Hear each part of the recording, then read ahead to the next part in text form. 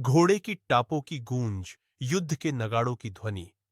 दिल्ली की गद्दी पर बैठा एक ऐसा सम्राट जिसने अपने पराक्रम से समूचे भारत में हिंदू गौरव का परचम लहराया।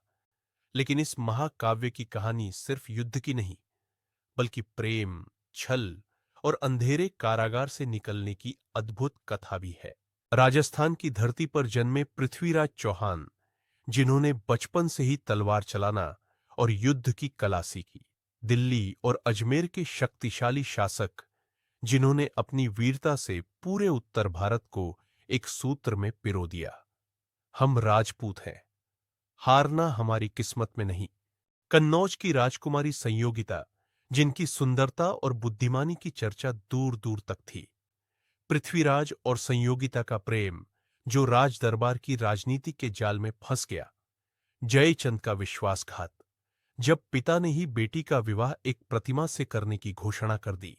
और फिर हुआ इतिहास का सबसे रोमांचक स्वयंवर अपहरण। घोड़े सर पर दौड़ते हैं, राजपूत तलवारें चमकती है। पृथ्वीराज संयोगिता को अपने साथ ले जाते हैं। पृथ्वीराज बनाम मोहम्मद गौरी। मोहम्मद गौरी एक क्रूर आक्रमणकारी, जिसकी नजरें दिल्ली पर थीं। तराइन का पहला युद्ध, जब पृथ्वीराज ने अपनी सेना के साथ गौरी को धूल चटा दी। लेकिन इतिहास बदल गया जब आई दूसरी लड़ाई। गौरी ने कूटनीति और धोखे का सहारा लिया, राजपूतों के बीच फूट डाली और युद्ध भूमि में पृथ्वीराज को घेर लिया। वीर राजपूत लड़े, आखिरी सांस तक। पृथ्वीराज को बंदी बना लिया गया और शुरू हुई एक क्रूर यातना की कहानी। अंधेरे कारागार में कैद, प्रतिशोध की ज्वाला। गजनी का काला कारागार, जहां पृथ्वीराज को अंधा कर दिया गया, उनकी आंखों की रोशनी छीन ली गई। परंतु एक सच्चा योद्धा अंधेरे में भी प्रकाश खोज लेता है। चंद्रबरदाई, उनका सच्चा मित्र और कवि, गजनी पहुंचा एक रहस्यमयी योजना के साथ। गौरी को अहंकार था, उसने पृथ्वीराज की वीरता को चुनौती दी। क्या अब भी तू लक्ष्य भेद सकता है? एक बार अवसर दो।